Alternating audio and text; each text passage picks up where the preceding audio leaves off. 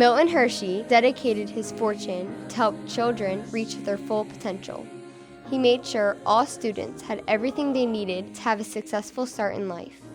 This included state-of-the-art facilities. Today, our campus is so big, so beautiful, so modern.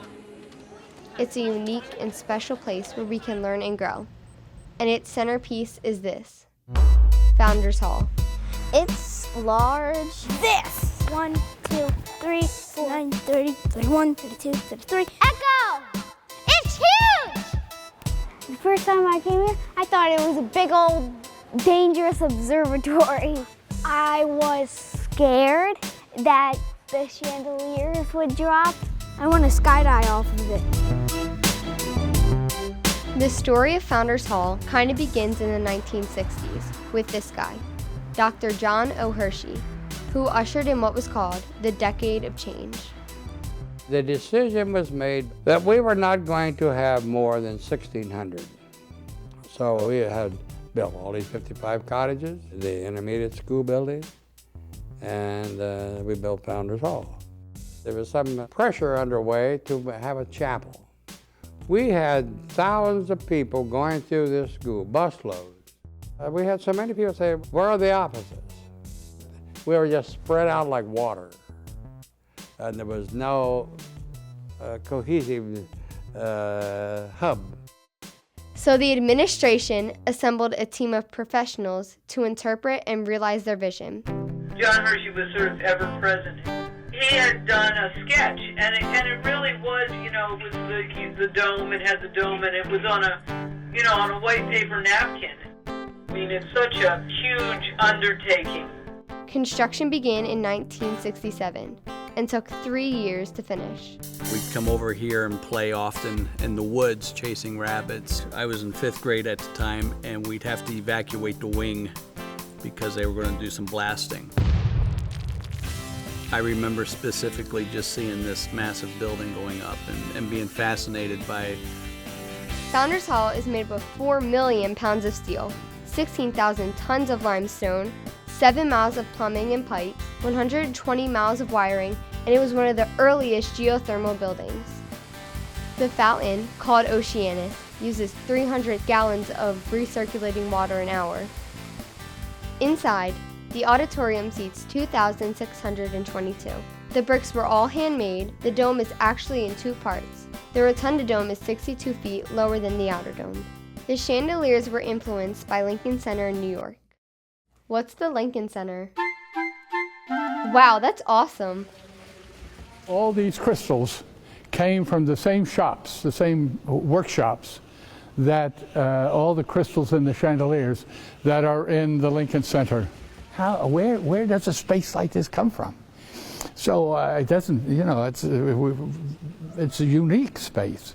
Well, it came out of their education in architecture and the Pantheon. What's the Pantheon? Wow, that's awesome.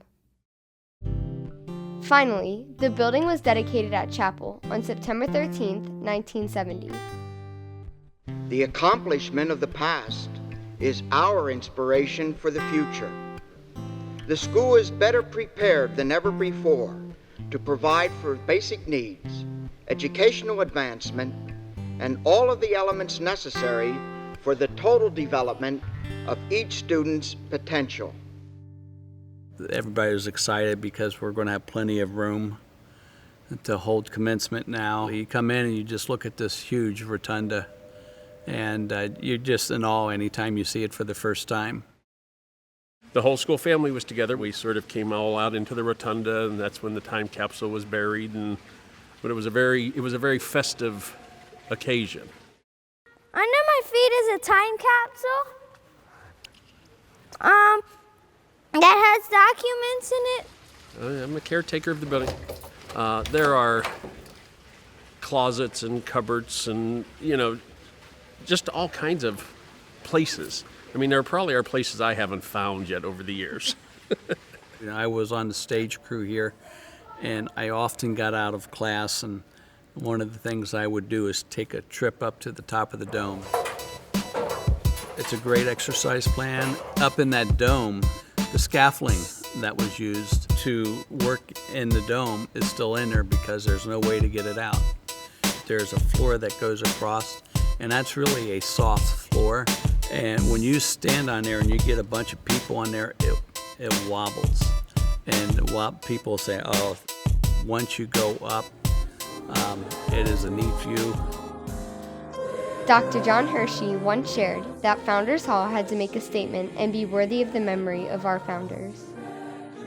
Founders Hall is a monumental statement, one made not to impress you, but to impress upon you.